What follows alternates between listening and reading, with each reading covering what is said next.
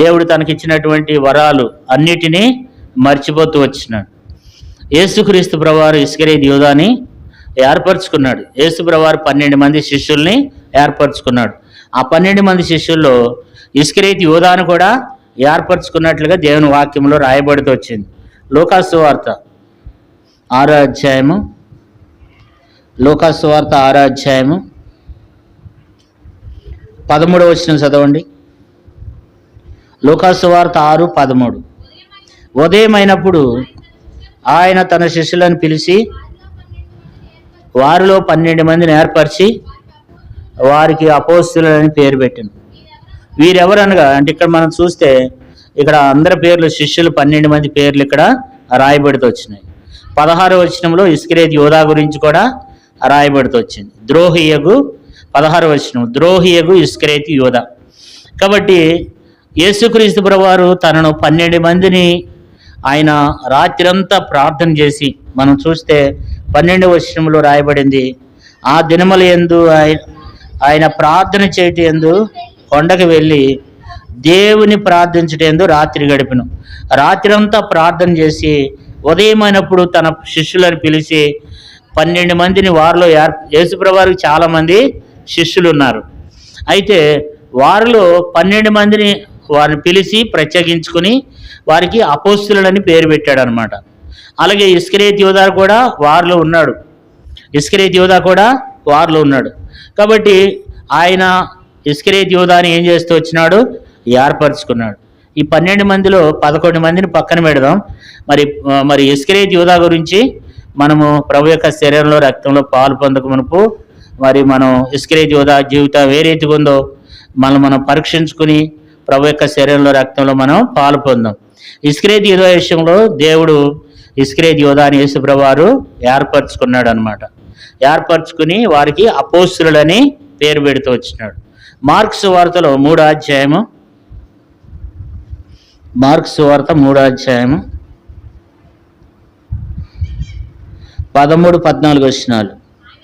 ఆయన కొండ ఎక్కి తనకు ఇష్టమైన వారిని పిలువగా వారు ఆయన వద్దకు వచ్చి వారు తనతో కూడా ఉండినట్లును దయ్యము వెళ్ళగొట్టు అధికారం గలవారై సువార్త ప్రకటించుటకును వారిని పంపవలనని ఆయన 12 మందిని నియమించను.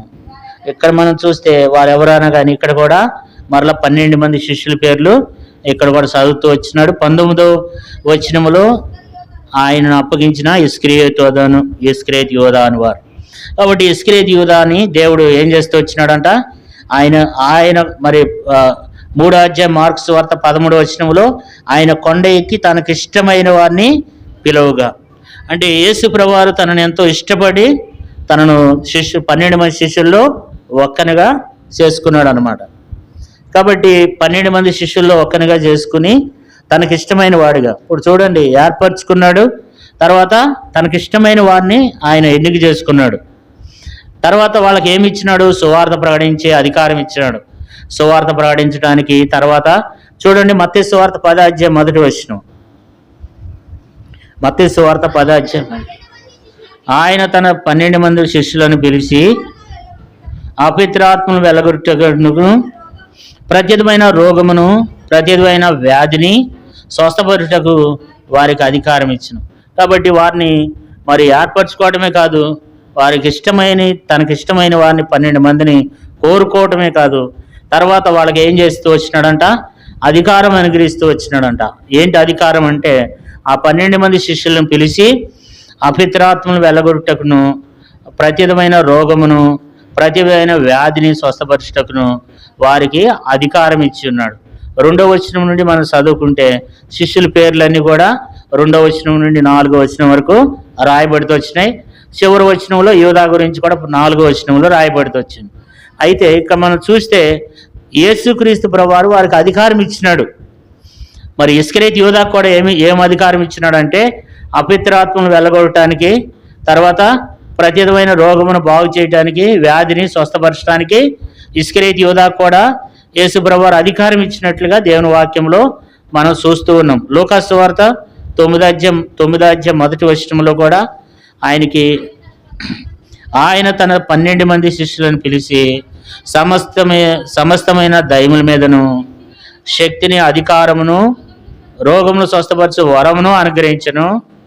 దేవుని రాజ్యమును ప్రకటించుటకును రోగులను స్వస్థపరచుటకును వారిని పంపాను. ఇక్కడ మనం చూస్తే వారిని యేసుప్రభువు వారు ఏర్పరచుకోవడమే కాదు, కానీ వారికి అనేకమైనటువంటి కృపావరములు, పవిత్ర వరములు అనుగ్రహిస్తూ వచ్చినాడు అనమాట.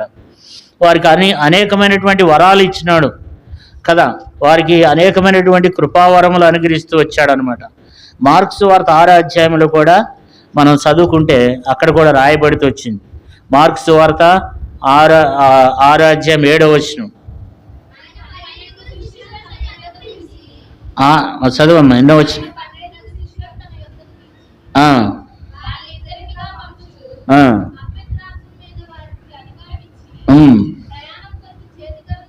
కాబట్టి ఇక్కడ కూడా మనం చదువుకుంటూ ఉంటే మరి వారికి మరి సువార్తను చేయడానికి వారిని పంపిస్తూ, వారికి అధికారం ఇచ్చి వారిని పంపిస్తూ వచ్చినాడు అనమాట.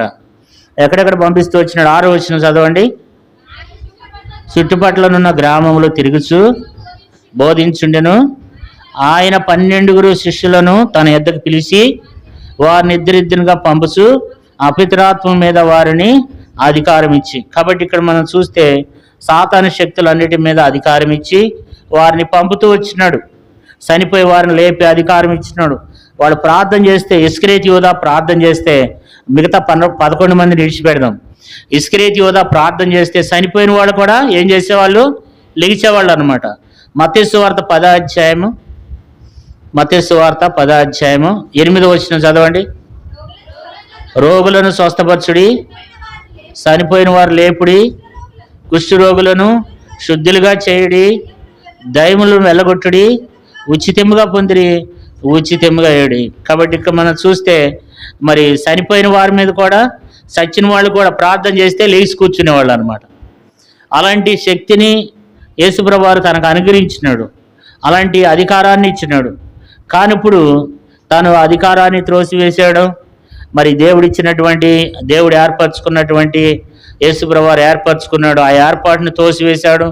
తర్వాత ఆయనకి ఇష్టమైన రీతిలో 12 మందిని పిలిచి వారికి అధికారం ఇస్తే వారికి అనేకమైనటువంటి శక్తులను అనుగ్రహించి అధికారం ఇచ్చి సాతాను బలమంతటి మీద తనకు అధికారం ఇచ్చినప్పుడు కూడా వాటన్నిటిని త్రోసివేసి ఇప్పుడు ఏమైపోతున్నాడు ఇస్కరియోతు యూదా అంటే యేసుప్రభువు వారినే కలవరపరుస్తున్నాడు, యేసుప్రభువు వారి మీదే తిరుగుబాటు చేస్తున్నాడు, యేసుప్రభువు వారిని అమ్మివేయటానికి ఎన్నో రకాలైనటువంటి ప్రయత్నాలు చేస్తున్నాడు.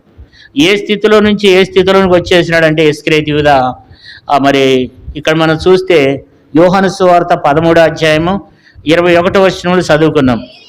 యేసు ఈ మాటలు పలికిన తర్వాత ఆత్మలో కలవరపడి మీలో ఒకడు నన్ను అప్పగించునని నీతో నిశ్చయముగా చెప్తున్నానని రూఢిగా చెప్పాను. ఇక్కడ మనం చూస్తే యేసుప్రభువు వారు ఆత్మలో కలవరపడుతున్నాడంట. అరే ఇస్కరియోతు యూదా ఇలాగెందుకు చేస్తున్నాడు అని చెప్పి ఎంతో ఆత్మలో ఏం చేస్తున్నాడు? కలవరపడుతూ ఉన్నాడు. తర్వాత మరి పక్కనున్న వాళ్ళు చూడండి 22వ వచనం.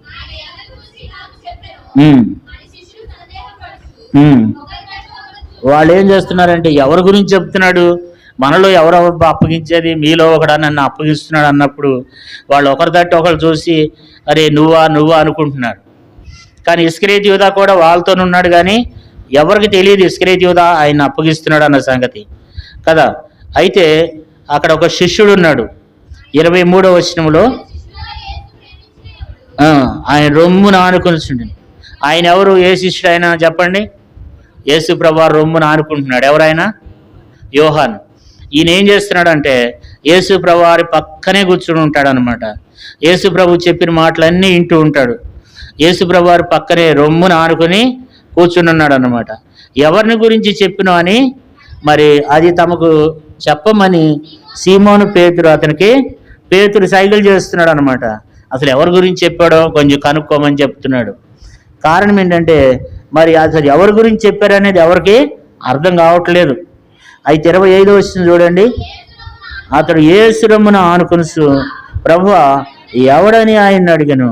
అందుకు యేసు నేను ఒక ముక్క ముంచి ఎవనికిత్తును వాడే అని చెప్పి ఒక ముక్క ముంచి సీమోను కుమారుడకు ఇస్కరియోతు యూదాకి ఇచ్చాను. కాబట్టి ఇప్పుడు యేసుప్రభువు వారు ఏం చేశాడంటే నేను ఎవరికైతే ముక్క ముంచి ఇస్తానో వాడేనని చెప్పి ఒక ముక్క ముంచి సీమోను కుమారుడగు ఇస్కరియోతు యూదాకి ఇచ్చినాడంట. 27వ వచనం, వాడు ఆ ముక్క పుచ్చుకోగానే సాతాను వానిలో ప్రవేశించును. యేసు నువ్వు చేయవలసింది త్వరగా చేయమని వానితో చెప్పాను. కాబట్టి ఇక్కడ మనం చూసినట్లయితే ఇస్కరియోతు యూదా ఒకప్పుడు ఎంతో ఆత్మీయంగా, ఒకప్పుడు యేసుప్రభువు వారి దగ్గరికి వచ్చినప్పుడు యేసుప్రభువు వారిని ఎంతో ప్రేమించిన వ్యక్తిగా, సువార్త ప్రకటించినటువంటి వ్యక్తిగా, అనేక మందిని మరి దేవుని దగ్గరికి తీసుకొచ్చే వ్యక్తిగా అనేక మందికి సువార్త ప్రకటించాడు. యేసుప్రభువు వారు ఎక్కడికి వెళ్తే తను కూడా అక్కడికి వెళ్తూ వచ్చినాడు. యేసుప్రభువు వారు ఏది చెప్తే అది చేస్తూ వచ్చినాడు. యేసుప్రభువు వారు చెప్పినట్లుగా తను కూడా నడుస్తూ వచ్చినాడు.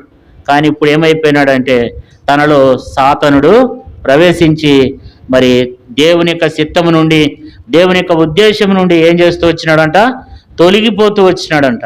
చూడండి, ఇస్కరియోతు యూదా అలాంటి స్థితిలోనికి రాగలిగినటువంటి కారణం ఏంటంటే మత్తయి సువార్త 26వ అధ్యాయము 14వ వచనం. మత్తయి సువార్త 26వ అధ్యాయం 14వ వచనం. అప్పుడు 12 మందిలో ఒకడగు ఇస్కరియోతు యూదా ప్రధాన యాజకుల వద్దకు వెళ్ళి, నేను ఆయన్ని మీకు అప్పగించిన ఎడల నాకేమిత్తురని వారిని అడిగాను. అందుకు వారు 30 ఎండి నాణ్యములు తూచి వానికి ఇచ్చినాయి. అప్పటి నుండి ఆయనను అప్పగించుటకు తగిన సమయం కనిపెడుతున్నాడు. ఇప్పుడు ఇస్కరియోతు యూదాలోకి ఏమొచ్చిందంటే ధనాపేక్ష వచ్చేసింది. యేసు ప్రభువారిని బేరమాడుతున్నాడు. నేను ఆయన మీకు అప్పగిస్తా, నేను మీకు ఆయన అప్పగిస్తే మీరు నాకేమిస్తారు, నేను ఆయన మీకు ఏం చేస్తాను, నేను ఆయన మీకు అప్పగిస్తా. చూశాడు కొన్ని రోజులు, యేసు ప్రభువారి దగ్గరికి వెళ్ళాడు బాగానే.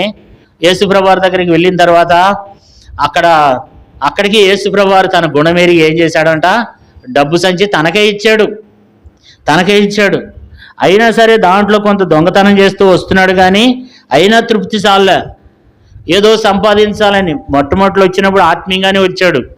తర్వాత ఏంటంటే మరి తీరా దేవుని దగ్గరికి వచ్చిన తర్వాత దేవుడు తనకిచ్చినటువంటి అనేకమైనటువంటి కృపావరములు, మరి చనిపోయిన వారి మీద కూడా లేపి అధికారం ఇచ్చినప్పుడు కూడా ఆ అధికారాన్ని అంతటిని పోగొట్టుకుని చివరికి ఏమైపోయినాడు, ధనాపేక్షకు వచ్చేసాడు అనమాట. యేసు ప్రభువారిని అప్పగించాలి. ఆ 30 వెండి నాణ్యాలు ఏం చేయాలి, యేసు ప్రభువారిని అమ్ముకోవాలి. ఆ 30 ఎండి నాణ్యములు తీసుకోవాలి. ఇక అదే పని మీద తిరుగుతున్నాడు. 30 ఎండి నాణ్యములకు ఏం చేశారంట, యేసు ప్రభువారిని ఒప్పందం కుదుర్చుకున్నాడు, బేరమాడిండంట కదా. యేసు ప్రభువారి దగ్గరికి వెళ్ళి ఆ యొక్క ప్రధాన యాజకుల ఎద్దకు వెళ్ళి వారిని అడుగుతున్నాడు, నేను యేసు ప్రభువుని మీకు అప్పగిస్తా, మీరు నాకేమిస్తారు అని చెప్పి బేరమాడితే అప్పుడు వాళ్ళు ఏం చేశారంటే 30 వెండి నాణ్యములు తూసి నీకు ఇస్తామని చెప్పినారు కదా. ఈ 30 ఎండి నాణ్యములు ఆ రోజుల్లో మరి పొలం కొనుక్కోవచ్చు, లేకపోతే సంపాదించుకోవచ్చు. కానీ తనకు ఒక ఆలోచన, దుష్టుడు సాతానుడు ఏంటంటే ఒక ఆలోచన, అరే పిచ్చోడా, చచ్చిపోయిన వాళ్ళని లేపితే నీకేమొస్తుందిరా, కుష్ఠరోగులను బాగు చేస్తే నీకేమొస్తుంది, దయ్యాలను నిలగొడితే నీకేమొస్తుంది కదా. సాతానుడు ఏంటంటే చిన్నగా మనిషిలో ఏం చేస్తాడు, ఏదో ఒకటి ఆశ సాతానుడు తీసుకుని వస్తాడు. ఇస్కరియోతు యూదాలను కూడా ఏం చేశాడంటే సాతానుడు అపవాది చిన్నగా ప్రవేశించి మరి తనలోనికి ప్రవేశించి చేయరాని కార్యాలు చేయడానికి అపవాది తనను వాడుకుంటూ వచ్చినాడు. కాబట్టి ఇప్పుడు వచ్చినప్పుడేమో ఆత్మీయంగానే దేవుని కొరకు వచ్చాడు, కానీ ఇప్పుడు ఏమైపోతున్నాడు ఆ వ్యక్తి, రోజులు గడిచిన కొద్దీ ధనాపేక్ష. బైబిల్లో రాయబడింది ధనాపేక్ష సమస్త కీడులకు మూలమంట కదా. కాబట్టి చాలామంది దైవ సేవకులు కూడా చాలామంది వచ్చేటప్పుడు ఎట్లా వస్తారు, యేసు ప్రభువారు ఒక్కడుంటే చాలు, ఇంకా నాకు ఎవరు ఉండా లేకపోయినా చాలు అని చెప్పి వస్తారనమాట. తీరా కొన్ని రోజులు వచ్చిన తర్వాత వారి పరిచర్య అదంతా బలపరచబడిన తర్వాత గుండి గోపురాన్ని కూడా మింగేస్తారనమాట. చాలామంది ఇస్కరియోతు యూదా లాంటి వాళ్ళు సేవకుల్లో ఉన్నారు, విశ్వాసుల్లో కూడా ఉన్నారనమాట. ఇది ఏంటంటే వచ్చేటప్పుడు ఎట్లా వస్తే చాలామంది నేను ఎరుగుతున్న సేవకుల్ని, కొంతమంది దేవుని సేవకు వచ్చేటప్పుడు ఎట్లా వస్తారు తెలుసా అండి, అక్కడ ఒక 20 మంది ఉన్నా చాలు, 10 మంది ఉన్నా చాలు విశ్వాసులు, కడుపుకు అన్నం ఉంటే చాలు నేను సేవ చేస్తామని వస్తారు. తీరా అక్కడికి సేవకు వచ్చిన తర్వాత అందరు కాదండి, కొంతమంది, అందరిని ఒకే గాడికి కట్టేయొద్దు. కొంతమంది మంచి వాళ్ళు ఉన్నారు, సేవ చేసేవాళ్ళు, మరి అనేక రకాలైన శ్రమలు పడుతూ మరి ఎంతో సేవ చేస్తున్నటువంటి దైవ సేవకులు ఉన్నారు. కొంతమంది దేవుని సేవకు వచ్చిన తర్వాత మరి గుడిని గోపురాన్ని కూడా మింగేసే వాళ్ళు కూడా ఉన్నారన్నమాట. దేవుని సేవకు వచ్చిన తర్వాత, సేవలోనికి వచ్చిన తర్వాత ఎంత డబ్బు సంపాదించినా ఇక తృప్తి లేదు, డబ్బు మీదే పడిపోతారనమాట. ఇంకా ఈ ఆత్మలు సంపాదించాలనేది ఏది ఉండదు. అది విశ్వాసంలో కూడా అంతే.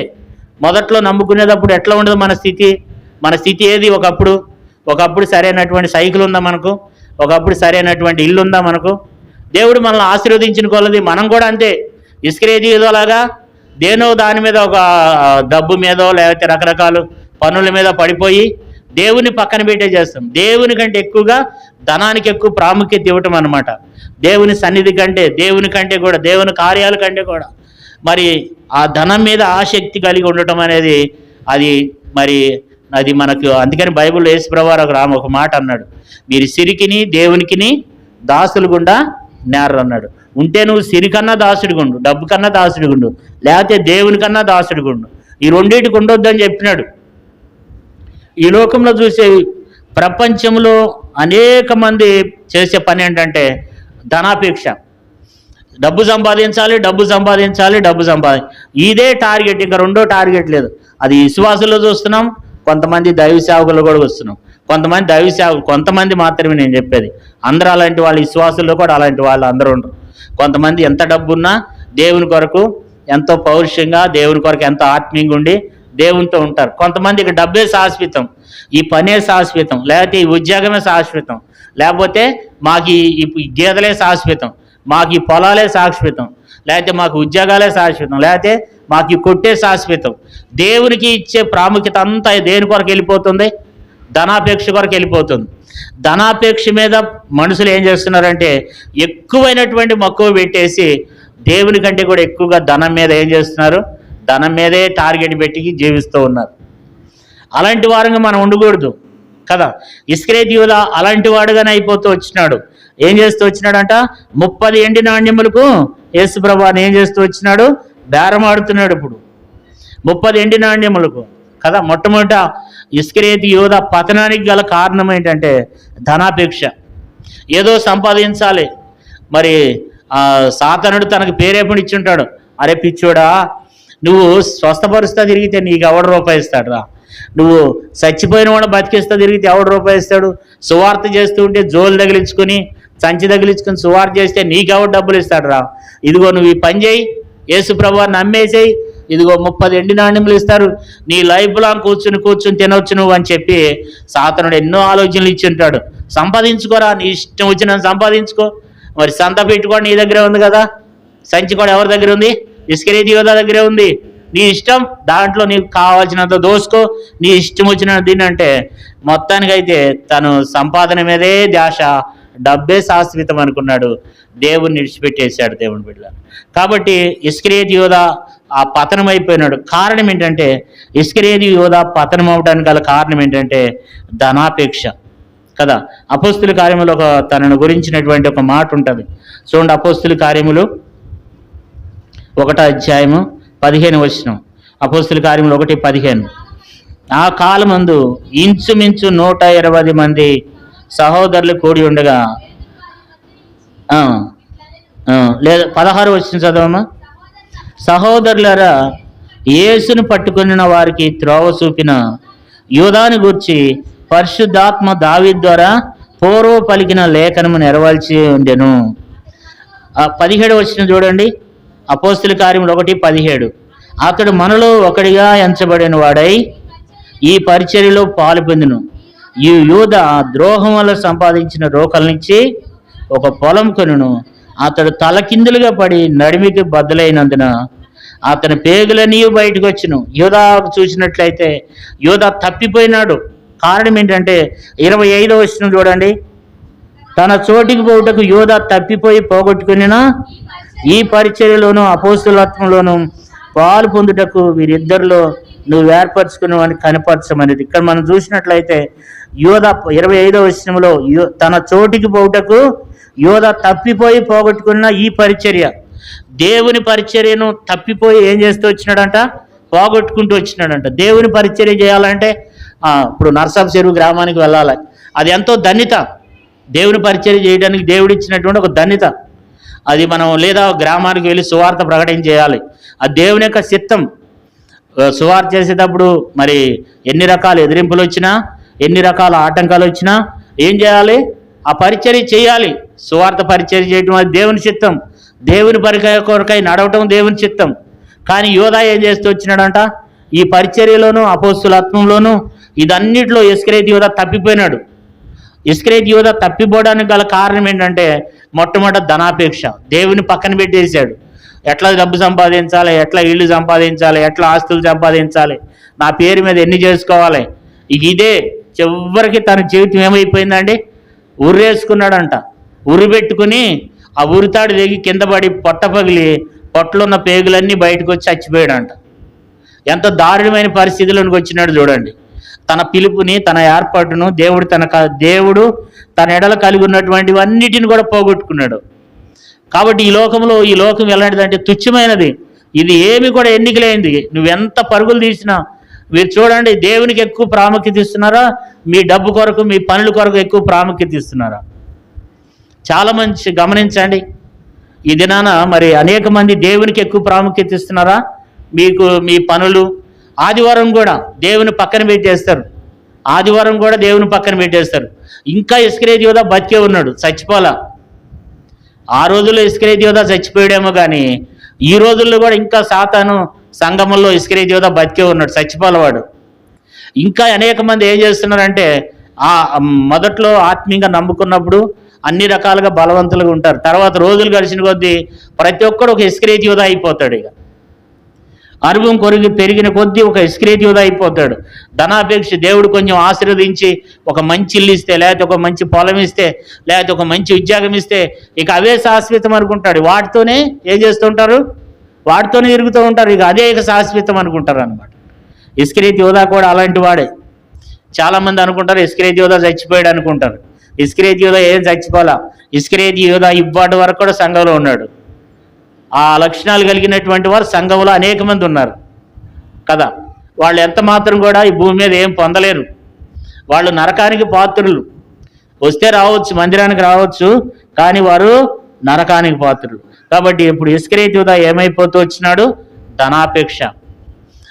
ధనం కొరకు పరుగులు తీస్తున్నాడు. దేవుణ్ణే ఏం చేస్తున్నాడు? మార్కెట్లో పెట్టి బేరమాడేస్తున్నాడు కదా. కాబట్టి అంతేకాదు, ఇస్కరియోతు యోధా ఏం చేస్తూ వచ్చినాడంట చూడండి.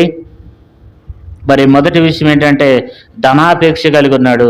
రెండో విషయం యోహాను సువార్త 13వ అధ్యాయం. యోహాను సువార్త ఇస్కరియోతు యోధా పతనానికి గల మరి కారణం, మొదటి కారణం ఏంటంటే ధనాపేక్ష. రెండో కారణం చూడండి 13వ అధ్యాయము యోహాను సువార్త 13వ అధ్యాయం 2వ వచనం. వారు భోజనం చేస్తుండగా ఆయన అప్పగింపవలనని సీమోను కుమారుడగు ఇస్కరియోతు యోధా హృదయంలో అపవాది ఇంతకు ముందు ఆలోచన పుట్టించుండెను కనుక. సార్లు మనం ఇక్కడ చూసినట్లయితే ఇస్కరియోతు యోధాలో సాతానుడు ఇంతకు ముందే ఏం చేస్తూ వచ్చినాడంట? ఆలోచన పుట్టిస్తూ వచ్చినాడంట. ఏంటి ఆలోచన? సాతానుకి ఏం చేశాడు ఇస్కరియోతు యోధా? అవకాశం ఇచ్చాడు. ఇప్పుడు అక్కడ 12 మంది ఉన్నారు. 12 మంది ఎవరు కూడా ఇస్కరియోతు యోధా సాతానుకి అవకాశం ఇవ్వాల. కానీ ఇస్కరియోతు యోధా సాతానుకి అవకాశం ఇచ్చాడు. ఇస్కరియోతు యోధా ఎవరి ద్వారా నడిపింపబడుతున్నారంటే సాతాను ద్వారా నడిపింపబడుతున్నాడు అనమాట. సాతాను ద్వారా ఇస్కరియోతు యోధా నడిపింపబడుతూ ఉన్నాడు. అపవాది చేత నడిపింపబడుతున్నాడు. అపవాది పేరెప్పుడు ఇస్తున్నాడు? ఇస్కరియోతు యోధా నేను చెప్పినట్టు నువ్వు చేయి, యేసు ప్రభుని ఎందుకు వెంబడిస్తావు? అమ్మేయి, ఆయన అమ్మేసి నేను చెప్పినట్టు చేయి. కాబట్టి ఇప్పుడు సాతాను యొక్క ఆలోచన 13వ అధ్యాయం చూడండి. యోహాను సువార్త 13వ అధ్యాయం 2వ వచనం. వారు భోజనం చేస్తుండగా ఆయన అప్పగింపవలనని సీమోను కుమారుడగు ఇస్కరియోతు యోధా హృదయంలో అపవాది ఇంతకు ముందే ఆలోచన పుట్టించును. అపవాది ఏం చేస్తున్నాడంటే ఇంతకు ముందే ఆలోచన పుట్టించేసిండంట. నువ్వేం చేయాలి, నువ్వేం చేయకూడదు అనేది సాతానుడు ముందుగానే ఏం చేస్తున్నాడు? తనలో ఆలోచన పుట్టించేస్తున్నాడు అనమాట. అంటే ఇది సాతాను ఆలోచన ప్రకారంగానే చేస్తున్నాడు అన్నీ కదా. సాతానుడు ఎట్లా ఆలోచిస్తే సాతానుడు ఆలోచన ప్రకారంగా చూడండి ప్రవేశించిండంట. లూకాసు వార్త 22వ అధ్యాయము 3వ వచనం చదవండి. లూకాసు వార్త 22:3. అంతటా 12 మంది శిష్యుల సంఖ్యలో చేరిన ఇస్కరేతు అనబడిన యూదాలో సాతాను ప్రవేశించును. చాలా మనం ఇక్కడ చూస్తే సాతానుకి ఏం చేస్తూ వచ్చినాడు? అవకాశం ఇస్తూ వచ్చినాడు. సాతానుడు తనలో ఏం చేస్తున్నాడు? ప్రవేశిస్తున్నాడు. రెండో విషయం ఏంటంటే ఇస్కరేతు యూదా ఆ యొక్క ఉరి పెట్టుకుని చచ్చిపోవడానికి గల కారణం ఏంటంటే సాతానుకి తను ఇచ్చినటువంటి అవకాశం. ఈ దినాన్ని ఎంతమంది సాతాను పేరేపడబట్టి నడుస్తున్నారు? ఈ దినాన్ని ఎంతమంది సాతానుడు చెప్పినట్లు నడుస్తున్నారు? వాడు మనకు కనపడ్డు, కానీ ఆలోచన ఎలాంటిదంటే సాతాను యొక్క ఆలోచన భయంకరమైనది. ఇప్పుడు ఉదాహరణకి సంఘ ప్రార్థన జరుగుతుంది. సంఘ ప్రార్థన జరుగుతుంటే నువ్వు వెళ్ళాలా వద్దు అనుకున్నావు అనుకో, సాతానుడు ఒక ఆలోచన చెప్తాడు నీకు, ఏం వెళ్తాంలే వద్దులే, అక్కడ పరిస్థితి అంతా బాగలేదు, వాళ్ళు చూస్తే వాడు అట్టున్నాడు, వీడు చూస్తే వీడు ఎట్టున్నాడు, నువ్వేం వెళ్తావు, మానేసేయి, ఆగిపోతాం, సంఘ ప్రార్థన మానే. ఇట్లా దేవుని కార్యములు ఎందే కాదు, చాలా విషయాల్లో సాతానుడు ఆలోచనిస్తాడు. కొన్నిసార్లు సమాజంలో కూడా మనం ఎలా నడవాలో, ఎలా జీవించాలనేది సాతానుడు కూడా మనకు ఆలోచనిస్తూ ఉంటాడు. మనం గ్రహించుకోవాలి, ఇది సాతాను ఆలోచన, దైవ ఆలోచన, దేవుని ఆలోచన. ఇదిగో నేను ఈ పని చేస్తున్నాను, నేను చేసే ఈ పని దేవుని ద్వారా చేస్తున్నానా లేకపోతే దయ్యం ద్వారా చేస్తున్నాను? కాబట్టి సాతాను చేత ఏం చేస్తూ వచ్చినాడు? శోధింపబడుతూ వచ్చినాడు అనమాట. సాతానికి హృదయంలో ఏమిచ్చాడు? అవకాశం ఇచ్చినాడు. సాతానుడు ఎప్పుడు కూడా మనల్ని బలవంతం చేయడు. సాతాను ఇప్పుడు యేసుప్రభు వారిని ఏమన్నాడంటే ఎత్తైన పర్వతం మీదకి తీసుకెళ్ళి ఇక్కడి నుంచి దూకేసేయమన్నాడు. ఇక్కడి నుంచి ఏమన్నాడు? ఇక్కడి నుంచి కిందకు దూకేసేయి, నీ దేవదూతలు వచ్చి నిన్ను పట్టుకుంటారు అన్నాడు. కానీ వాడు దోసేయిలా. సాతానుడు ఏంటంటే చెప్తాడు కానీ చేయడు. వాడు యేసుప్రభు వారిని అన్నాడు, నువ్వు ఇక్కడి నుంచి కిందకు దూకేసేస్తే దేవదూతలు వచ్చి నిన్ను పట్టుకుంటారని ఉంది కదా, నువ్వు ఇక్కడి నుంచి కిందకు దూకమన్నాడు కానీ దోసేసాడా? తోసేయిలా. అట్లా సాతానుడు సలహా ఇస్తాడు కానీ మనం బలవంతం చేయడు. అయితే మనం సాతాను యొక్క సలహా, వాడు ఆలోచన ప్రకారంగా మనం వెళ్ళిపోయినట్లయితే మనం కూడా ఎంతో నష్టపోతాం అనమాట. మన ఆత్మీయ జీవితం నుండి మనల్ని తప్పించడానికి సాతానుడు అనేక రకాలైనటువంటి ఆలోచనలు కలిగి ఉన్నాడు అనమాట. ఎన్నో రకరకాలుగా మనకు ఆలోచనలు చూపిస్తాడు. కొంతమందికి మరి స్త్రీ ఆమోహం చూపిస్తాడు, కొంతమందికి పురుషుని ఆమోహం చూపిస్తాడు, కొంతమందికి డబ్బు, కొంతమందికి ఈ రకరకాలుగా నువ్వు ఏ బలహీనత అయితే. అందుకని బైబిల్లో రాయబడింది, వాడు ఏం చేస్తున్నాడంట? గాలం వేస్తూ ఉన్నాడంట. హబక్కు గ్రంథంలో రాయబడింది, వాడు గాలం వేసి గుచ్చి లాగుతూ ఉన్నాడంట. మనకి ఏది మనకు అవసరమో సాతానుడు ఏం చేస్తాడంటే దాన్ని మన జ్ఞాపకం చేసి దాని దగ్గరికి మనల్ని తీసుకుని వెళ్తూ ఉంటాడు. కానీ చివరికి ఏముండదు అక్కడ ఏముండదు. సాతానుడు మనకు ఆకర్షణ చూపిస్తాడు. ఈ లోకంలో ఎన్నో మనకు వింతైనవి చూపిస్తూ ఉంటాడు. ఈ లోకము రంగుల లోకం, ఇది రకరకాలుగా మరి మనకు దేవుని కంటే ఎక్కువగా మనలను నడిపిస్తూ ఉంటాడు దుష్టుడైన సాతాను. మనం సాతాను చెప్పినట్టు నడిచినట్లయితే పరలోక రాజ్యానికి నువ్వు అర్హుడు కాదు. ఇస్కరియోతు యూదా ఏం చేస్తూ వచ్చినాడంటే సాతానుకు తన హృదయంలో ఏం చేస్తూ వచ్చినాడు? అవకాశం ఇస్తూ వచ్చినాడు. సాతానుడు ఎంతో శోధిస్తున్నాడు, దేవుని చేత నడిపింపబడటం లేదు. ఒకప్పుడు దేవుని చేత నడిపింపబడ్డాడు, ఇప్పుడు ఏం చేస్తున్నాడు? దైవం చేత నడిపింపబడుతున్నాడు. దైవం చేత నడిపింపబడినప్పుడు ఇంకెవరు నిన్ను మార్చలేరు. ఇక నువ్వు వెళ్ళిపోయావు దుష్టుడి చేతులు, అపవాది చేతి కిందకి వెళ్ళిపోయినావు. అపవాది చేతి కిందకు ఒక్కసారి వెళ్ళిపోయినావు అంటే ఇంకా దేవుడు చెప్తే ఎవడు వినడిగా. ఆ హృదయం ఏమైపోద్ది అంటే వాత వేయబడిపోద్ది. సొలొమోను కంట దేవుడు 2 మార్లు ప్రత్యక్షమై చెప్పాడంట, నువ్వు ఇతర దేవతలను వెంబడించవద్దు అని చెప్పిండంట. కానీ సొలొమోను హృదయము దేవుని యొద్ద నుండి ఏమైందంట? తొలగిపోయిందంట అండి. చూడండి, మొదటి రాజులు అనుకుంటా ఆ మాట. మరి అంటే దేవుని యొద్ద నుండి మనం తొలగిపోతే ఇక మన పరిస్థితి ఇక అంతే సంగతి. ఇక రెండో రాజుల గ్రంథం 9వ అధ్యాయము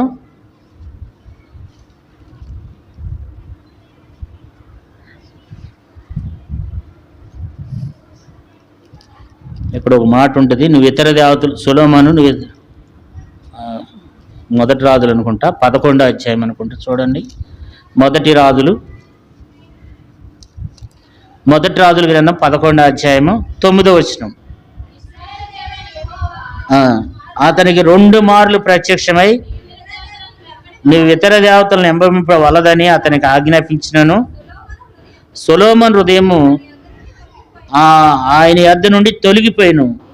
సాల్లో మనం ఇక్కడ చూస్తే దేవుడు అన్నాడంట, ఇశ్రాయేల్ స్వయంగా ప్రవర్తల ద్వారా కాదు, లేకపోతే ఎవరి ద్వారా మాట్లాడటం కాదు, దర్శనాల ద్వారా కాదు, దేవుడే ప్రత్యక్షమయ్యి సొలొమోనుతో అన్నాడంట, సొలొమోను నువ్వు ఇతర దేవతలను ఎంబడింపవలదని చెప్పిండంటండి.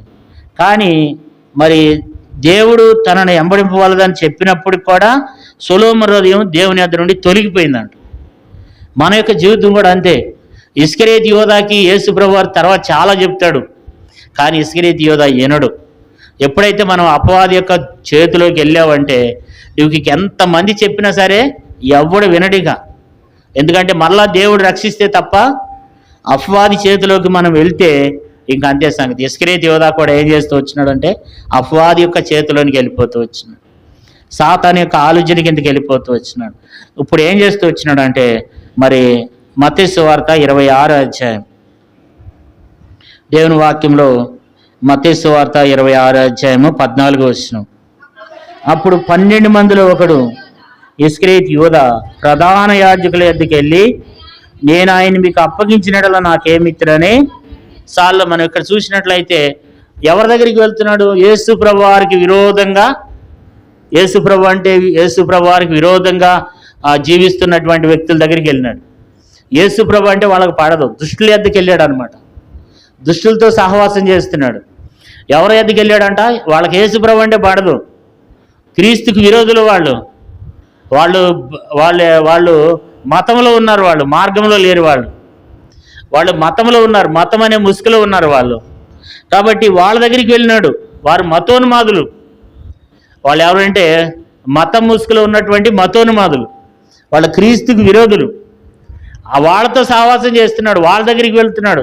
వాళ్ళ దగ్గరికి వెళ్ళి యేసు ప్రభువారు అంటే ఎవరికైతే ఇష్టం లేదో, యేసు ప్రభువారిని ఎప్పుడు చంపుదామా అని ఎవరైతే చూస్తున్నారో వాళ్ళ దగ్గరికి వెళ్ళి వారితో బేరమాడుతున్నాడు. అంటే దుష్టులతో సహవాసం చేస్తూ వచ్చినాడు. అందుకనే తన యొక్క పతనాన్ని తనే కొందెచ్చున్నాడు, తన పతనాన్ని తానే కొందెచ్చుకున్నాడు అనమాట కదా. ఇప్పుడు మనం చూస్తూ వచ్చినాము. మొదటి విషయం ఏంటంటే ధనాపేక్షతో కలిగి వస్తున్నాడు. రెండవది సాతానుకు అవకాశం ఇస్తూ వచ్చాడు. మూడో విషయం ఏంటంటే దుష్టులతో సహవాసం చేస్తూ వస్తున్నాడు. దుష్టుల దగ్గరికి వెళ్ళి యేసు ప్రభువారిని బేరమాడుతున్నాడు. అక్కడ యేసు ప్రభువారిని అక్కడ అమ్మివేయడానికి చూస్తున్నాడు అనమాట కదా. కాబట్టి మరొక మాట, 4వ విషయాన్ని కూడా చదువుకుందాం. చూడండి, మత్తయి సువార్తలోని 26వ అధ్యాయము, మత్తయి సువార్త 26వ అధ్యాయము 49వ వచనం.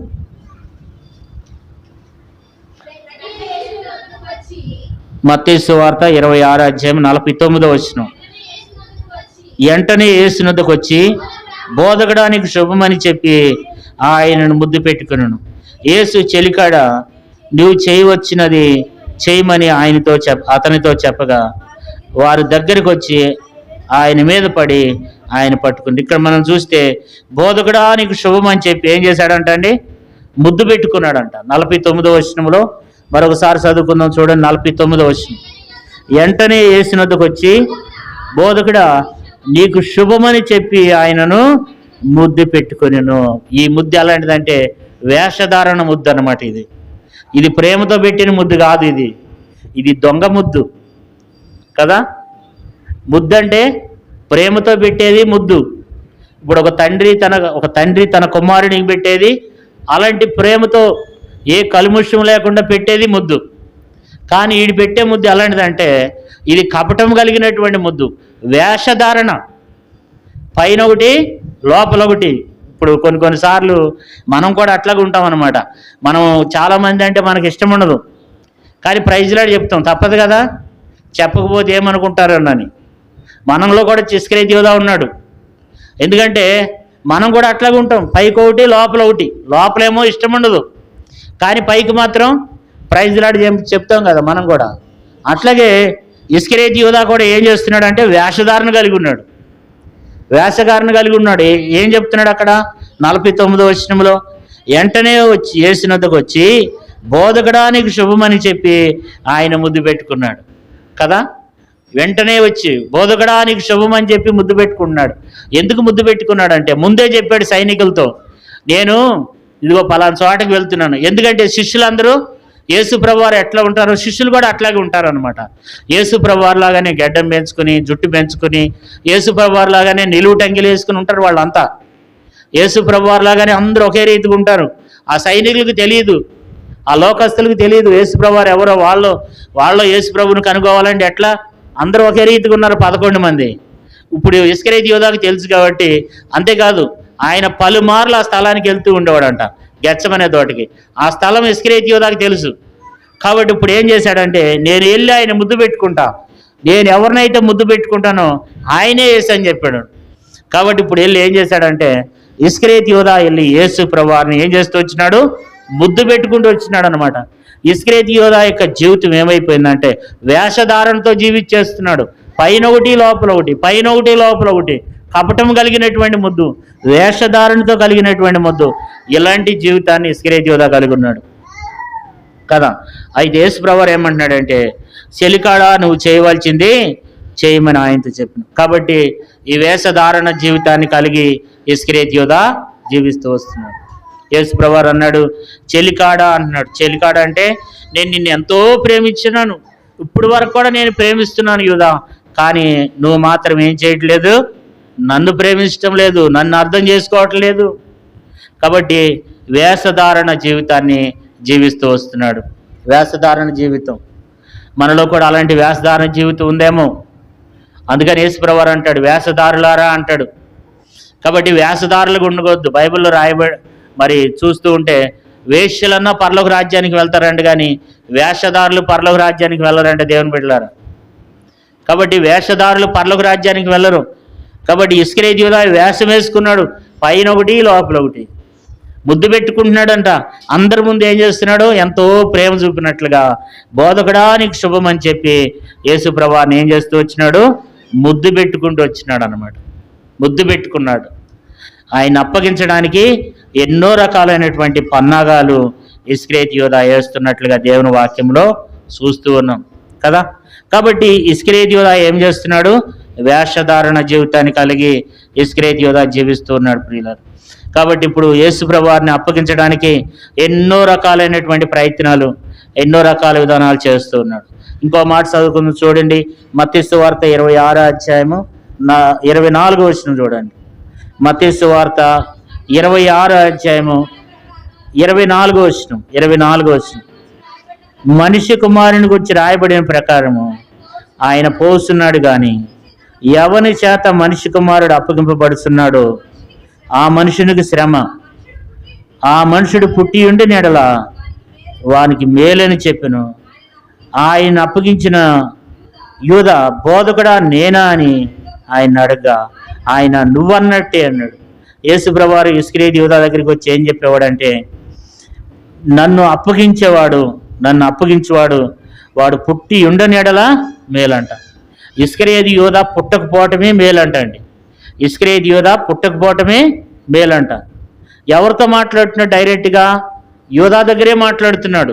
యూదా దగ్గర అంటున్నాడు, అయ్యా నన్ను అప్పగించబోతున్నాడు, అయితే మరి ఎవడైతే నన్ను అప్పగించబోతున్నాడో ఆ మనుషుడికి శ్రమ అంటున్నాడు కదా. ఇంకా మనం 22వ వచనం చూడండి. అందుకు వారు బహుగా దుఃఖపడి ప్రతివాడును ప్రభువా నేనా అని ఆయన అడగా ఆయన నాతో కూడా పాత్రలో చేయి ఉంచిన వాడే నన్ను అప్పగించేవాడు. 24వ వచనం, మనిషి కుమారుని గురించి రాయబడిన ప్రకారం ఆయన పోస్తున్నాడు, కానీ ఎవని చేత మనిషి కుమారుడు అప్పగింపబడుతున్నాడో ఆ మనుషుడికి శ్రమ, ఆ మనుషుడు పుట్టి ఉండని ఎడల వానికి మేలని చెప్పెను. ఇస్కరియోతు యోధా అంట పుట్టి ఉండని ఎడల మేలు అంటున్నాడు. కానీ యేసు ప్రభువారి దగ్గరకు వచ్చి అంటున్నాడు 25వ వచనం చూడండి, ఆయనను అప్పగించిన యోధా బోధకుడా నేనా అని ఆయన అడగా ఆయన నువ్వన్నట్టే అన్నాడు. కానీ ఎన్నోసార్లు యోధా నువ్వు నన్ను అప్పగిస్తున్నావా? యోధా నువ్వు నన్ను ఎందుకు అప్పగిస్తున్నావు? నువ్వెందుకు నా మీద విరోధంగా ఉంటున్నావు? యోధా నువ్వు నన్ను అప్పగిస్తే నీకు శ్రమ, యోధా నువ్వు నన్ను అప్పగించొద్దయా అని చెప్తున్నాడు. కానీ అయ్యా నువ్వు నన్ను అప్పగిస్తే నీకు శ్రమ కలుగుతుంది. నేను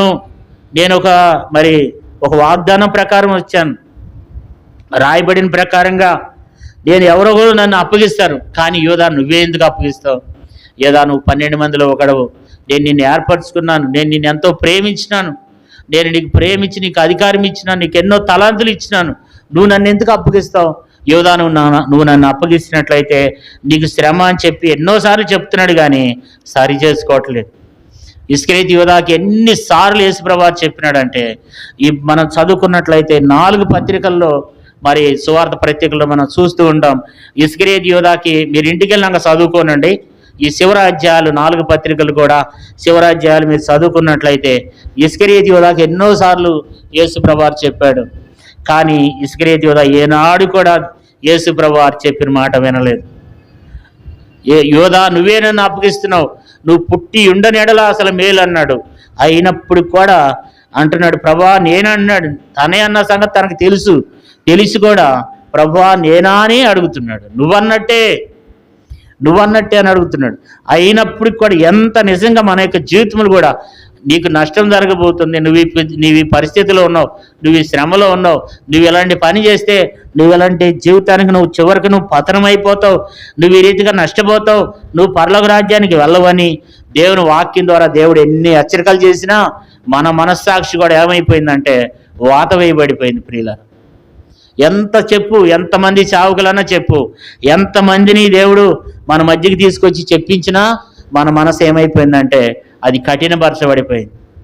ప్రతి ఒక్కరం ఎట్లాగున్నామండి, దేవుని మాట ఎవ్వరూ వినటం లేదు. మనం ఏదో రావాలి కనుక వస్తున్నాం, కూర్చోవాలి కనుక కూర్చుంటున్నాం, కానీ మన పద్ధతులు పోలేదు, మన ఆలోచనలు పోలేదు, మన తలంపులు పోలేదు. మనం ఇతరులకు చేసే కీడు, ఇతరులకు మనం తీసుకొస్తున్నటువంటి నష్టం, ఇతరుల విషయంలో మనం మాట్లాడుతున్నటువంటి మాటలు, మన ప్రవర్తన ఎట్లా ఉంది, ఈ దినాన ఏ స్థితిలో ఉంటున్నాం మనం? దేవుడు ఇస్కరియోతు యోధాతో మాట్లాడినట్లుగా దేవుడు ఎన్నోసార్లు నువ్వన్నట్టే నీతోనే మాట్లాడుతున్నాడు దేవుడు అని చెప్పినప్పుడు ఎన్నిసార్లు ఆ వాక్యాన్ని విని కూడా మన హృదయాన్ని మరలా మనం కఠినపరుచుకున్నాం?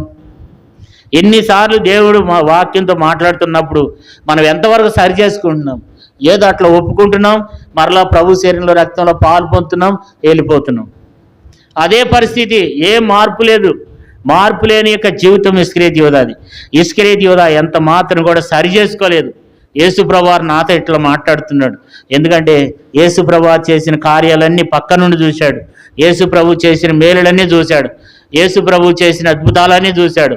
యేసుప్రభువు చెప్తుంటే మిగతా 11 మంది ఒప్పుకుంటున్నారు, కానీ ఈ వ్యక్తి మాత్రం ఒప్పుకోవట్లేదు. ఈ వ్యక్తి మాత్రం తన హృదయాన్ని ఏం చేయట్లేదండి, సరి చేసుకోవట్లేదు.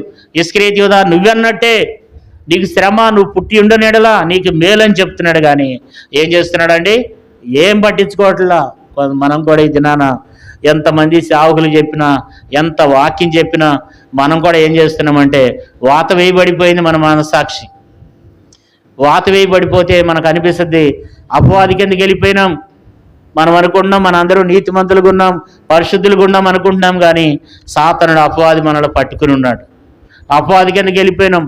ఇంకా మనం దేవుడు ఎన్ని వాక్యాల ద్వారా మనకు చెప్పినా వింటాం, కానీ అది మనం ఏమాత్రం కూడా దాన్ని మనం అంగీకరించం కదా అండి. కాబట్టి ఇతరుల విషయంలో, యేసుప్రభువారి విషయంలో నువ్వెందుకు అప్పగించున్నావు? కాబట్టి ఇక్కడ అంటున్నాడు, మనిషి కుమారుని గురించి రాయబడిన ప్రకారం ఆయన పోస్తున్నాడు, కానీ ఎవరి చేత మనిషి కుమారుడు అప్పగింపబడుతున్నాడో ఆ మనుషుకు శ్రమ అన్నాడు కదా. కాబట్టి అయినా సరే యేసుప్రభువారు అన్నిసార్లు హెచ్చరిక చేస్తూ వచ్చినప్పుడు కూడా ఆ మాటను ఏం చేయలేదండి, లక్ష్య పెట్టడం లేదు. ఆ మాటను త్రోసివేస్తున్నాడు, సరి చేసుకోవట్లేదు. ఇది 5వ విషయం, సరి చేసుకోవట్లే. తర్వాత ఏం చేస్తూ వచ్చినాడు, అతని గురించి ఇంకో మాట రాయబడింది యోహాను సువార్త 12వ అధ్యాయంలో. యోహాను సువార్త 12, అతని స్థితి ఎలా అయిపోయిందంటే 12వ అధ్యాయం 6వ వచనం, 5, 6 వచనాలు. ఈ అత్తరెందుకు 300 దేనారములకు అమ్మి బేదలకు ఇవ్వలేదని వాడు ఇలాగ చెప్పినది బేదల మీద శ్రద్ధ కలిగి కాదు, కానీ వాడి దొంగ ఏంటి తన దగ్గర డబ్బులు సంచి ఉండినందున అందులో వేయబడిన దొంగిలించుచూ వచ్చిన గనక అలాగ చెప్పిన. ఇక్కడ ఏమంటున్నాడంటే, మరి మరియా ఏం చేస్తూ వచ్చిందంట, మరి సంవత్సరం నుండి కష్టపడినటువంటి ఆ కష్టమంతా అంత రేటు కలిగింది. సంవత్సరం ఒక మనిషి కష్టపడితే ఎంత విలువ ఉంటుందో అంత ఇలువ కలిగినటువంటి అస్తరు తీసుకుని వచ్చి యేసు పాదాలకు పూస్తూ వచ్చినప్పుడు ఇస్కరియోతు యూదా అక్కడ కూర్చున్నాడు. 5వ వచనంలో కూర్చుని అంటున్నాడు, అరే ఈ అత్తరెందుకు మీరు ఇట్లా పాడు చేస్తున్నారు, దీన్ని నమ్మి బేదలకు ఇస్తే బాగుండు కదా అంటున్నాడు. అంటే వాడు బేదల మీద కనికరం కలిగి, బేదల మీద వాడు దయగలిగి కాదు, శ్రద్ధ కలిగి కాదు, కానీ వాడు ఏమై ఉన్నాడంట, వాడు దొంగ అయి ఉండి తన దగ్గర డబ్బులు సంచి ఉన్నందున అందులో వేయబడినవి దొంగిలించుచూ వచ్చాను కనుక వాడు అలాగ చెప్పు. కాబట్టి అందులో ఉన్నటువంటి దేవుని సొమ్ము ఏం చేస్తున్నాడంట, దొంగిలిస్తూ ఉన్నాడంట.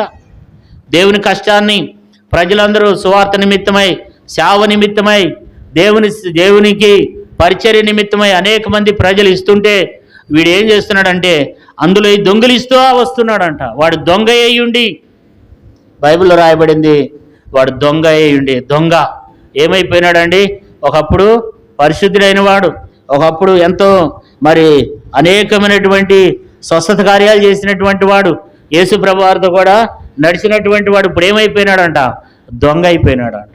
అందులో ఉన్నటువంటి దొంగిలిస్తా వస్తున్నాడంట. ఏంటి యోధా నీ పని అంటే, నా పని ఏమి లేదు, అందులో ఉన్నటువంటి వాటన్నిటిని నేనేం చేస్తున్నాను, దొంగిలిస్తూ వస్తున్నాను. అందులో వేసినట్లుగానే అందులో ఉన్నటువంటి వాటన్నిటిని ఏం చేస్తున్నాడంట, యోధా దొంగిలిస్తా వస్తున్నాడంట కదా. కాబట్టి ఇప్పుడు అతని విషయంలో మనం అనేక విషయాలు చూస్తూ వచ్చినాం. మొదటి విషయం ఏంటంటే మరి ధనాపేక్ష కలిగిన వాడు. రెండో విషయం ఏంటంటే సాతానికి అవకాశం ఇచ్చాడు. మూడో విషయం ఏంటంటే దుష్టులతో సహవాసం చేస్తూ వస్తున్నాడు. యేసు ప్రభు వారిని ఎవరైతే అప్పగిస్తున్నారో వాళ్ళ దగ్గరికి వెళ్తున్నాడు. కాబట్టి నాలుగో విషయం ఏంటంటే వేషధారణ జీవితాన్ని జీవిస్తున్నాడు. ఐదో విషయం ఏంటంటే సరి చేసుకోమన్నాడు కానీ సరి చేసుకోలేదు. ఆరో విషయం ఏంటంటే దొంగ, అందులో ఉన్నటువంటి వాటన్నిటినీ దేవుని సొమ్ముని ఏం చేస్తున్నాడు, దొంగిలిస్తూ వస్తున్నాడు. దేవుని యొక్క డబ్బులను ఏం చేస్తున్నాడు, దాంట్లో వేస్తున్నటువంటి వాటన్నిటినీ దొంగిలిస్తూ వస్తున్నాడు.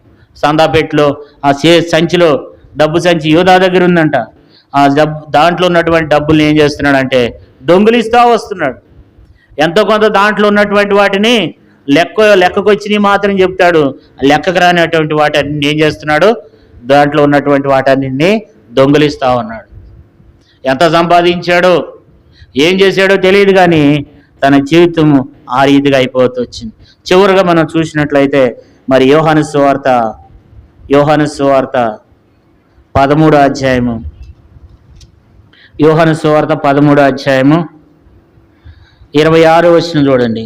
26వ వచనం, అందుకు యేసు నేను ఒక ముక్క ముంచి ఎవనికి ఇచ్చేదను వాడే అని చెప్పి ఒక ముక్క ముంచి సీమోను కుమారుడు ఇస్కరియోతు యూదాకి ఇచ్చును. వాడు ఆ ముక్క పుచ్చుకోగానే సాతాను వానిలో ప్రవేశించును. యేసు నువ్వు చేస్తున్నది త్వరగా చేయమని వానితో చెప్పగా. కాబట్టి ఇక్కడ మనం చూస్తే అయోగ్యంగా ఏం చేస్తున్నాడు, పాలు పొందుతున్నాడు.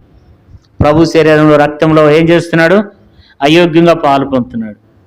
అయోగ్యంగా పాలు పొందుతున్నాడు కనుక మరి సాతానుడు ఏం చేస్తూ వచ్చినాడు, ఆ ముక్క పట్టుకోగానే ఎవరైనా సరే ప్రభు శరీరంలో రక్తంలో అయోగ్యంగా పాలు పొందితే సాతానుడు ప్రవేశిస్తాడు.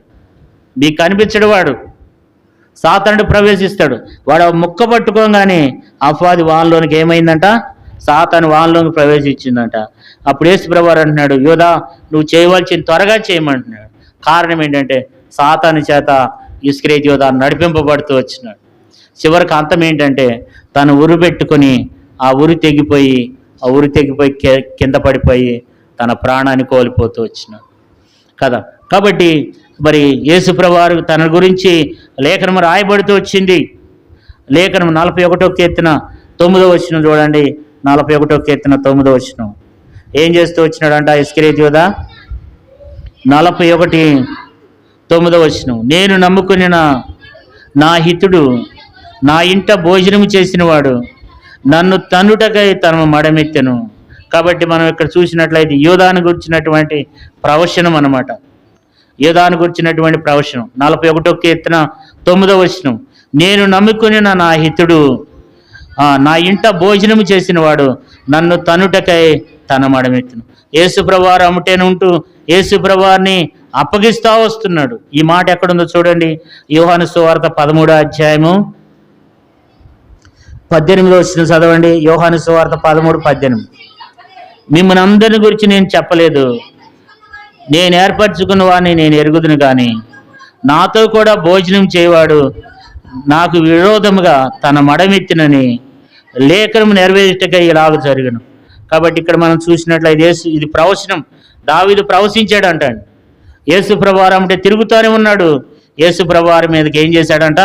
విరోధంగా మడమెత్తిండంట. యేసు ప్రభువారికి విరోధంగా మడమెత్తి వచ్చినాడంట. ఆ ముక్క పట్టుకుని ఏం చేస్తూ వచ్చినాడు? వాడు ఆ ముక్క పుచ్చుకోగానే వాడు బయటికి వెళ్ళిపోతూ వచ్చినాడంట. 30 వచనం చూడండి. వాడు ఆ ముక్క పుచ్చుకొని వెంటనే బయటికి వెళ్ళను. అప్పుడు రాత్రి వేళ కొంతమంది ఫోన్ పట్టుకుని వెళ్ళిపోతూనే ఉంటారు. కొంతమంది దుష్ట ఆలోచనలు కలిగి ఉంటారన్నమాట. ఇతరుల విషయంలో కొంతమంది కూడా అలాంటి ఆలోచనలు కలిగి ఉంటారన్నమాట. దూరంగా వెళ్ళిపోతారు ఫోన్ పట్టుకుని. సమాజంలో మాట్లాడరు వాళ్ళు ఆ ఫోన్తో. చాలామంది అలాంటి వాళ్ళు ఉంటారన్నమాట. ఇతరులకు హాని చేసేటువంటి వాళ్ళు, ఇతరులకు కీడు చేసేవాళ్ళు. చివరికి ఏమైందంటే వారు చేసిన కీడులో వాళ్ళే ఏం చేయబడతారు? పడిపోబడతారు అన్నమాట. కాబట్టి ఇతరులకు మనం యోధా వంటి వారంగా మనం ఉండకూడదు. నమ్మక ద్రోహం చేస్తూ వచ్చిన వాడు ద్రోహియగు యోధా అని రాయబడింది. ఎవ్వరికి కూడా నమ్మక ద్రోహం చేయకూడదని. అలాంటి నమ్మక ద్రోహం చేసిన వాడు ఇస్కరియోతు యోధా. అలాంటి మరి అయోగ్యంగా ఏం చేస్తూ వచ్చినాడు? ప్రభు శరీరంలో రక్తంలో ఏం చేస్తూ వచ్చినాడు? పాలు పొందుతూ వచ్చినాడు అనమాట. కాబట్టి ఇప్పుడు ఇస్కరియోతు యోధా ఏమైపోతూ వచ్చినాడంటే చివరికి తన గురించినటువంటి అనేక విషయాలు రాయబడుతూ వచ్చినాయి. తను ఏం చేస్తూ వచ్చినాడంట? ఆయనను అప్పగించినటువంటి యోధాకి చాలా బిరుదులు ఉన్నాయి దేవుని వాక్యంలో. అంటే అవి ఒక పెద్ద బిరుదులు వాడికి, చేయకూడని కార్యాలు అన్నమాట. మత్తయి సువార్త 10:4 ఆయనను అప్పగించిన యోధా అని రాయబడింది. మత్తయి సువార్త 10:4 సాలమ్మ ఆయన అప్పగించిన యోధా కదా. తర్వాత యోహాను సువార్త 6:70 మీలో ఒకడు సాతాను, మీలో ఒకడు నేను 12 మందిని ఏర్పరచుకోలేదా? యోహాను సువార్త 6:70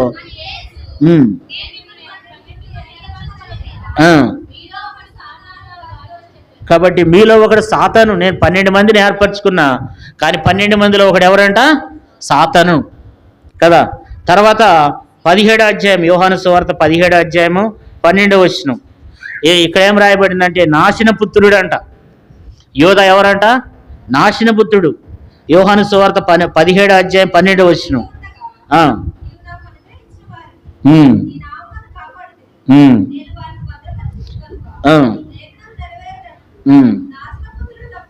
కాబట్టి నాశన పుత్రుడు అంట. అంటే నాశన పుత్రుడిగా జీవిస్తూ వచ్చినాడు. అందరూ బాగానే ఉన్నారు, కానీ ఈ వ్యక్తి మాత్రం ఏమైపోతూ వచ్చినాడు? నాశన పుత్రుడు అయిపోతూ వచ్చినాడు కదా. లూకాసు వార్త 6:16 ద్రోహియగు యోధా అని రాయబడుతూ వచ్చింది. ఇంకా మనం చూస్తే మనం ఇందాక చదువుకున్నాం, దొంగ అయిన యోధా అని చదువుకుంటూ వచ్చినాం. తర్వాత అపిత్రుడు అంట. యోహాను సువార్త 13:10-11 చూడండి. యోహాను సువార్త 13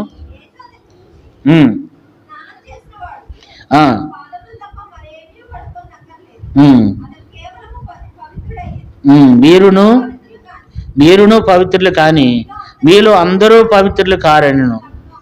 11 చూడండి. యోహాను సువార్త 13:11 తను అప్పగించిన వారిని ఎరిగిన గనుక మీలో అందరూ పవిత్రులు కారని ఆయన చెప్పాను. కాబట్టి ఇస్కరియోతు యోధా పవిత్రుడు కాదు, అపిత్రుడిగా జీవిస్తూ వచ్చినాడు. పవిత్రుడు కాదు, అపిత్రుడు కదా. పవిత్రతను కోల్పోయిన వాడు ఇస్కరియోతు యోధా. ఇప్పుడు ఇస్కరియోతు యోధాని గురించి ఏమి రాయబడిందంటే చూడండి, 109వ కీర్తన గ్రంథం 109వ కీర్తన. ఇప్పుడు ఇస్కరియోతు యోధా చనిపోయినాడు, ఉరి పెట్టుకున్నాడు, ఉరి దగ్గర కింద పడిపోయి చనిపోయినాడు. చనిపోయిన తర్వాత తన కుటుంబ జీవితాన్ని గురించి రాయబడింది 109వ కీర్తన. ఇది యోధాని గురించినటువంటి ప్రవచనం. 109వ కీర్తన 8వ వచనం వాని జీవిత దినములతో కొద్దివగును గాక. అంటే ఇస్కరియోతు యోధా కొద్ది దినాలే బతికాడు. తను మరి నిండు ఉన్న దేవుడిచ్చిన ఆయుష్కాలం అంతా తను బతకలేకపోతూ వచ్చినాడు. వాని జీవిత దినములు ఏమైనాయి అంట? కొద్దివైనాయి అంట. తర్వాత వాని ఉద్యోగం వేరొకరికి తీసుకుని. ఎవరికి వెళ్ళింది తన ఉద్యోగం? ఎవరికి వెళ్ళింది? యోధా చచ్చిపోయినాక. యోధా చచ్చిపోయిన తర్వాత యోధా పోస్ట్ ఎవరికి ఇచ్చినారు? గట్టిగా చెప్పండి. మత్తీకి ఇచ్చారు. అంటే తన ఉద్యోగం ఏమైపోయింది, ఇప్పుడు వేరొకడు తీసుకున్నాడు. ఇంకా కిందకు చదవండి. వాని బిడ్డలు ఏమైపోతారంట? ఇంకా 12 వచనం చదవండి. వానికి కృప చూపువాడు లేకపోవును గాక, తండ్రి లేని వాని బిడ్డలకు దయచూపువారు ఉండకపోదురుగాక, వారి వంశము నిర్మూలం చేయబడును గాక, వచ్చు తరమునందు వారి పేరు మాసిపోవును గాక. సార్లెక్క మనం చూసినట్లయితే మరి అనేక విధాలుగా రాయబడుతూ వచ్చింది. తనకున్నటువంటి భార్య విధవరాలైపోతుందంట, పిల్లలు భిక్షమెత్తుతారంట. 9వ వచనం చూడండి. వాని భార్య విధవరాలగునుగాక, వారి బిడ్డలు దేశ దిమ్మరులై భిక్షమెత్తుదురుగాక. సార్లు మనం ఇక్కడ చూసినట్లయితే భార్య విధవరాలైపోయింది, యోధా భార్య. తర్వాత బిడ్డలు ఏమైపోయినారంట? భిక్షమెత్తుకుంటున్నారంట కదా. ఎవరైనా అడుక్కుంటూ వెళ్తుంటే, అరే మీరు ఎవరు పిల్లలరా, ఏ ఊరురా మీద అంటే, అయ్యా మా నాన్న పలానా ఆయనండి, పలానా యోధా అండి. ఆహా, యేసు ప్రభువారు అంటున్నవాడా? అరే వాడు దయ్యాలు నిలగొట్టాడు కదరా, వాడు స్వస్థపరిచిండు కదా, మా ఊర్లో చచ్చిపోయిన వాడు కూడా లేపినాడు కదా. అవునండి, వాడి కొడుకునేనండి నేను. యేసు ప్రభువారిని అప్పగించింది ఎవరు? మీ నానేనా? అవునండి, మా నానేనండి. అంటే చూడండి ఎలాంటి దౌర్భాగ్యమైనటువంటి జీవితం తన కుటుంబానికి వచ్చిందో చూడండి కదా. ఇప్పుడు తను సంపాదించింది ఏమైనా తన పిల్లలు అనుభవించారా? అనుభవించారా? ఏం అనుభవించలా. కుటుంబం అంతా ఏమైపోయిందంట? కుటుంబం అంతా కూడా ఏమైపోయింది? చల్లాచెదురులు అయిపోయింది. చూడండి, సాతాను కింద ఒక మనిషి సాతాను కిందకి వెళ్ళిపోతే ఆ మనిషి జీవితం అలాగే ఉంటుంది. దేవుని బిడ్డలారా, ఆ మనిషి జీవితం ఆ రీతిగా ఉంటుంది. తన భార్య ఎదవరాలవుతుందంట, వాని బిడ్డలు ఏమవుతారంట? దేశ దిమ్మరులై భిక్షమెత్తారంట అండి. 11వ వచనం చూడండి. వాని ఆస్తి అంత అప్పుల వారు ఆక్రమించుకుందరు, వాని కష్టజీతమును పరులు దోసుకుందరు. ఈ మాట ఎక్కడుందంటే చూడండి, అపోస్తుల కార్యములు 1వ అధ్యాయం 20వ వచనంలో ఈ ప్రవచనం అక్కడ రాశాడు. అపోస్తుల కార్యములు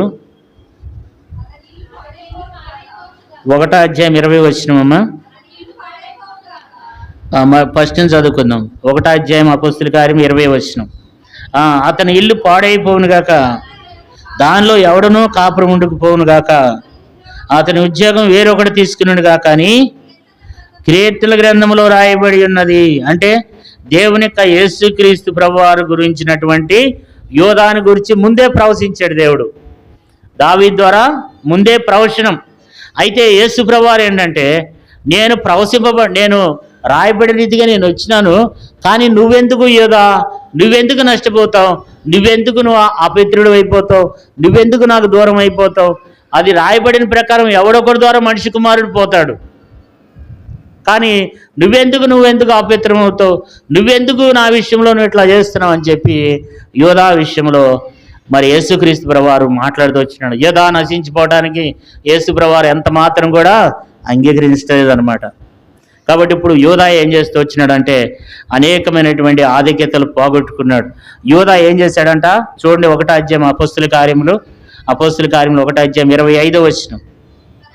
తన చోటికి పోవుటకు యోధా తప్పిపోయి పోగొట్టుకునినా సాల్లో మనం ఇక్కడ చూస్తే తన చోటికి పోవటానికి, తన చనిపోయిన ప్రతి ఒక్కరు ఎక్కడికి వెళ్ళాలి? పరలోక రాజ్యానికి వెళ్ళాలి. కానీ ఇప్పుడు తన చోటును ఏం చేశాడు? ఆయన పోగొట్టుకున్నాడు. తన చోటును పోగొట్టుకున్నాడు. తను వెళ్ళాల్సినటువంటి ఆ పరలోక రాజ్యాన్ని తను పోగొట్టుకున్నాడు అనమాట.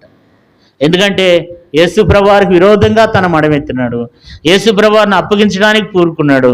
కాబట్టి తన చోటుకు పోవడానికి ఇస్కరియోతు యోధా ఏం చేస్తూ వచ్చినాడంట? తన చోటును పోగొట్టుకున్నాడంట. తన చోటికి పోవుటకు యోధా తప్పిపోయి పోగొట్టుకున్నా అంటే ఆ పరలోక రాజ్యాన్ని పోగొట్టుకున్నాడు. తర్వాత మరి కిందేం రాయబడింది? ఈ పరిచర్యలోను అంటే తన పరిచర్యను పోగొట్టుకున్నాడు, అపోస్తులుడు అనేటువంటి బిరుదును పోగొట్టుకున్నాడు కదా. చివరికి తన స్థానాన్ని పోగొట్టుకున్నాడు. తాను ఉండాల్సినటువంటి స్థానంలో మత్తీని పెడుతూ వచ్చినారు. చూడండి 26వ వచనం. అంతట వారు వీని గూర్చి చీట్లు వేయగా మత్తీ పేరిట చీటి వచ్చిన గనుక అతడు 11 మంది అపోస్తులతో కూడా లెక్కింపబడిన. కాబట్టి ఇప్పుడు తను ఉండాల్సినటువంటి ఆ స్థానంలో ఇప్పుడు ఎవరు పెడుతూ వచ్చినారంటే మత్తీని పెడుతూ వచ్చినారు ప్రియులారా. అంతేకాదు చివరికి తన ప్రాణాన్ని పోగొట్టుకుంటూ వచ్చినాడు కదా. మరి ఆ యొక్క తీసుకున్నటువంటి ఆ 30 ఎండి నాణ్యాలు తీసుకుని వెళ్ళి తన భార్యకి ఇచ్చిండా? అమ్మా ఇదిగో నేను చచ్చిపోతాను, నేను బతకను, నేను ఉరి పెట్టుకుంటా, ఇగో ఈ 30 నాణ్యాలు తీసుకుని పిల్లలను బతకండి అన్నాడా? అనలే. తీసుకొచ్చి ఏం చేశాడంట, మరలా తీసుకొచ్చి వారి దగ్గరకు తీసుకొచ్చి వాళ్ళకి ఇచ్చేస్తే వాళ్ళు అన్నారు, నా దగ్గరికి రావద్దు, నువ్వు తీసుకుని పో, నువ్వు వెండి నాణ్యాలు వద్దు, ఏమొద్దు అన్నారు వాళ్ళు. ఇప్పుడు ఏం చేశాడంటే ఉరి పెట్టుకున్నాడు. ఉరి పెట్టుకుని చివరికి తన ప్రాణాన్ని ఏం చేస్తూ వచ్చినాడంట, పోగొట్టుకుంటూ వచ్చినాడంట కదా. ఏం చేస్తూ వచ్చినాడంటే చూడండి, ఆ భయంకరమైనటువంటి ఆ మరణ స్థితి, తను తానే ఆత్మహత్య చేసుకున్నాడు కదా. తను తానే ఏం చేస్తూ వచ్చినాడు, హత్యా ప్రయత్నం చేసుకుని చనిపోతూ వచ్చినాడు. 17 వచనం చూడండి. అతడు మనలో ఒకడిగా ఎంచబడిన వాడై ఈ పరిచర్యలో పాలు పొందును. ఈ యోధ ద్రోహం వల్ల సంపాదించిన రోకల్నిచ్చి ఒక పొలం కొనెను. అతడు తలకిందులుగా పడి నడిమికి బద్దలైనందున అతని పేగులని బయటకు వచ్చును. కాబట్టి ఇక్కడ మనం చూసినట్లయితే ఇస్కరియోతు యోధ భయంకరమైనటువంటి మరణాన్ని పొందినాడు, భయంకరమైనటువంటి మరణాన్ని. కాబట్టి కారణం ఏంటంటే ఇస్కరియోతు యోధ అలాంటి భయంకరమైనటువంటి జీవితాన్ని జీవిస్తూ వచ్చినాడు. ప్రభు శరీరంలో రక్తంలో అయోగ్యంగా పాలు పొందుతూ దేవుని త్రోసివేసి ఈ లోకంలో ఏదో సంపాదించాలి, ఏదో చేయాలని ప్రయత్నాలు చేస్తూ వచ్చినాడు. చివరికి పరలోక రాజ్యంలో తన స్థానాన్ని కూడా కోల్పోతూ వచ్చినాడు. పరలోక రాజ్యంలో అంట 12 పునాదులు ఉంటాయంట. 12 పునాదుల మీద 12 మంది అపోస్తుల పేర్లు ఉంటాయంట. కానీ ఇప్పుడు ఇస్కరియోతు యోధ పేరు లేదంట. చూడండి, చదువుకుందాం. ప్రకటన గ్రంథం 21వ అధ్యాయం 14వ వచనం. ఆ పట్టణపు ప్రాకారంలో 12 పునాదులు గలది. ఆ పునాదుల పైన గొర్రెపిల్ల యొక్క 12 అపోస్తులు 12 పేర్లు కనబడుచున్నవి. ఇక్కడ మనం చూస్తే అక్కడ ఎవరి పేరు లేదు, యోధా పేరు లేదు. 12 పునాదులు కలిగినటువంటిదంట. ఆ పట్టణపు ప్రాకారములు 12 పునాదులు గలది. ఆ పునాదుల పైన గొర్రెపిల్ల యొక్క 12 అపోస్తుల పేర్లు కనబడుతున్నాయంట. కానీ ఇస్కరియోతు యోధా పేరు అక్కడ ఉందా? ఇస్కరియోతు పేద లేదు. ఎందుకంటే ఆ పేరు ఏం చేయబడింది, కొట్టివేయబడింది. ఆ పేరు కింద మరొకరు, అక్కడ మత్తీ పేరుంది, మత్తీయ పేరుంది, కానీ ఇస్కరియోతు యోధా పేరు లేదు. చూడండి, సర్వాన్ని పోగొట్టుకున్నాడు ఇస్కరియోతు యోధా. కుటుంబ వ్యవస్థను కూడా, కుటుంబాన్ని కూడా భార్యని పిల్లలను కూడా ఎంతో దిక్కుమాలిన వారినిగా చేసేసి మరి తను తాను ఏం చేస్తూ వచ్చినాడంటే తను తానే మరి ఆత్మహత్య చేసుకుని చనిపోతూ వచ్చినాడు. ఇస్కరియోతు యోధా అలాంటి దౌర్భాగ్యమైనటువంటి జీవితాన్ని ఇస్కరియోతు యోధా జీవిస్తూ వచ్చినాడు. అలాంటి జీవితాన్ని ఎవరైనా మనలో జీవిస్తున్నామేమో, అపవాది చేతికి ఎవరన్నా మనం ఇంకా అప్పగించబడుతూ వచ్చినామేమో. ఇస్కరియోతు యోధా ధనాపేక్ష కలిగి జీవిస్తూ వచ్చినాడు. ధనం కొరకు ఎంత పాకులాడినాడు, సాతానికి ఎంత అవకాశం ఇచ్చినాడు, సాతానుడి చేత నడిపింపబడుతూ వచ్చినాడు, దుష్ట ఆలోచన చేత నడిపిస్తూ వచ్చినాడు, దుష్టుల దగ్గరికి వెళ్ళి వారితో సహవాసం చేస్తూ వచ్చినాడు, యేసు ప్రభువారికి విరోధంగా జీవిస్తూ వచ్చినాడు, వేషధారణతో జీవిస్తూ వచ్చినాడు. యేసు ప్రభువారు చెప్పినాడు, యోధా నువ్వు సరి చేసుకో. కానీ సరి చేసుకోవాలా? ఏమయ్యాడు సాతానుడు?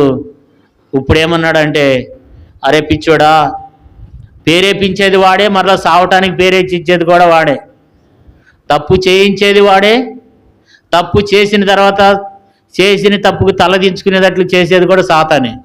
మీరు బాగా గమనించండి, సాతానుడి యొక్క కార్యాలు అలాగ ఉంటాయన్నమాట. మరి సాతానికి పేరేపించింది ఎవరు? ఇస్కరియోతు అని. ఇస్కరియోతు యోధాని ఏం చేశాడు? ఆ రీతిగా పేరేపించాడు. పేరేపించి తనను పురుగొలిపి తనను ముందు పెట్టి చివరికి తను తప్పుకున్నాడు. ఇప్పుడు నష్టం జరిగింది ఎవరికి? యోధాకి. కాబట్టి మనం కూడా దేవుని బిడ్డలైనటువంటి మనం కూడా ఎవరో ఏదో పేరేపిస్తున్నారని, ఎవరో పేరేపణ కాదు, లేదా దుష్టుడు పేరేపణ కాదు. మన పేరేపణ ఎలాగుంది? దేవుని చేత నడిపింపబడుతున్నామా, దుష్టుని చేత నడిపింపబడుతున్నామా? మనల్ని మనమే పరీక్షించుకుందాం. మరి సాతాను చేత పేరేపింపబడుతూ వచ్చినాడు. సాతానుడు అన్నాడు, దొంగతనం చేయి, నీ ఇష్టం, సంపాదించుకో, అందులో దొంగిలించురండి, యేసు ప్రభువుని నమ్మేయి. కానీ ఇప్పుడేమంటున్నాడు? అరే పిచ్చోడా, నేను నువ్వు ఎంత పిచ్చోడురా, నీ రక్షకుడిని నమ్మేశావురా, నీ సృష్టికర్తని నమ్మేశావు, నిన్నెంతో ప్రేమించినాడు, నిన్నెంతో ఏర్పరచుకున్నాడు, 12 మందిలో ఒకటిగా చేశాడు కదరా. అరే నువ్వెంత మూర్ఖుడురా, ఎందుకురా నీ బతుకు వేస్ట్. అదిగో ఆయన చచ్చిపోతున్నాడు, అక్కడ ఆయన్ని సిలువేస్తున్నారు, నువ్వు చేసిన పని చూడు, ఎంతమంది ఎన్ని రకాలుగా అనుకుంటారు, వేస్ట్ నీ బతుకు, చచ్చిపో చచ్చిపో చచ్చిపో. సాతాను ఉరి వేసుకోమని చెప్పేది, సాతాన్ని ఉరి వేసుకోమని చెప్పి